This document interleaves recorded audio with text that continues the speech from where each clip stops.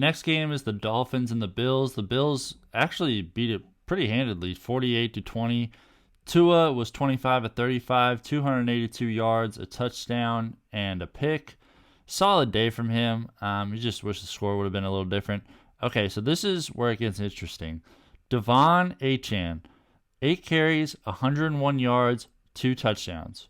Raheem Mostert, 7 carries, almost the same as Achane, but he didn't even break 10 yards, let alone 100. He only had 9 yards on 7 carries, no touchdowns. So Achane is legit. He is here to stay even when Wilson comes back. I think Mostert and Wilson, they both have injury issues in their past, so Achane can step in right here. He's a young guy, rookie, super explosive, great balance. I think he fits this Dolphins offense perfectly. And I was saying this before the season started too, that he was the guy you wanted in this backfield. He is legit.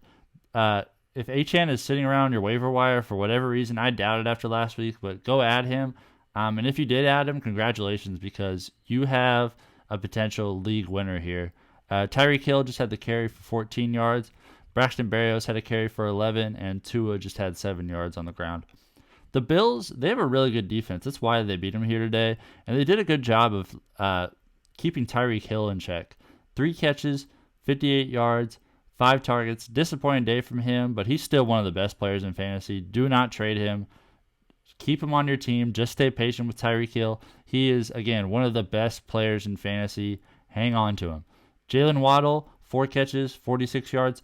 They kind of spread the ball around here. This isn't what they usually do. It's usually funneled through Tyreek Hill and Jaylen Waddle, but it got spread pretty evenly here. I wonder if that was part of the game plan for the Bills.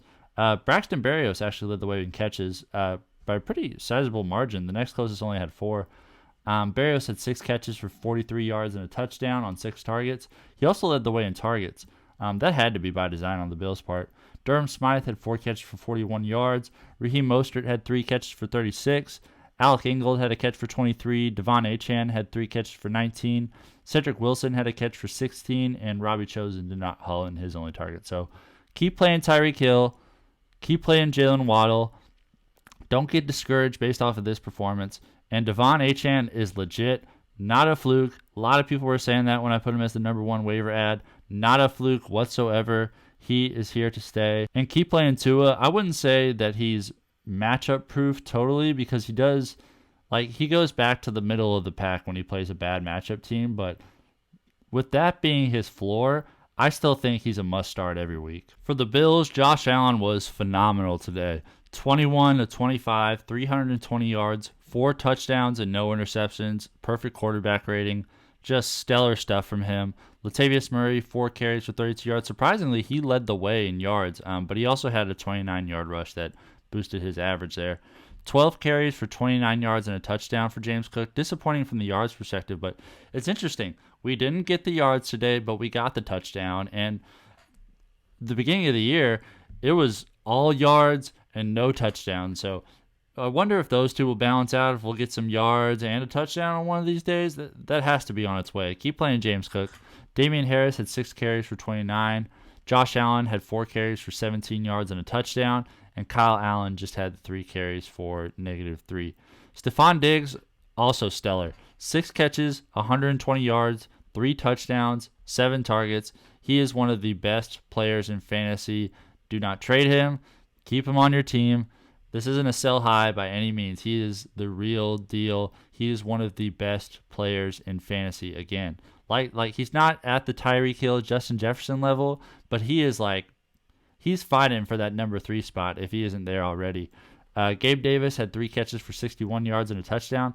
This is 3 games in a row where Gabe Davis has played well, but the limited targets, I think he's going to come back down. I think he's a sell high because, catching all of your targets and getting a touchdown, that's just, I don't know if that's going to be I don't know if he could duplicate that game to game like this, but it has been an awesome run so far.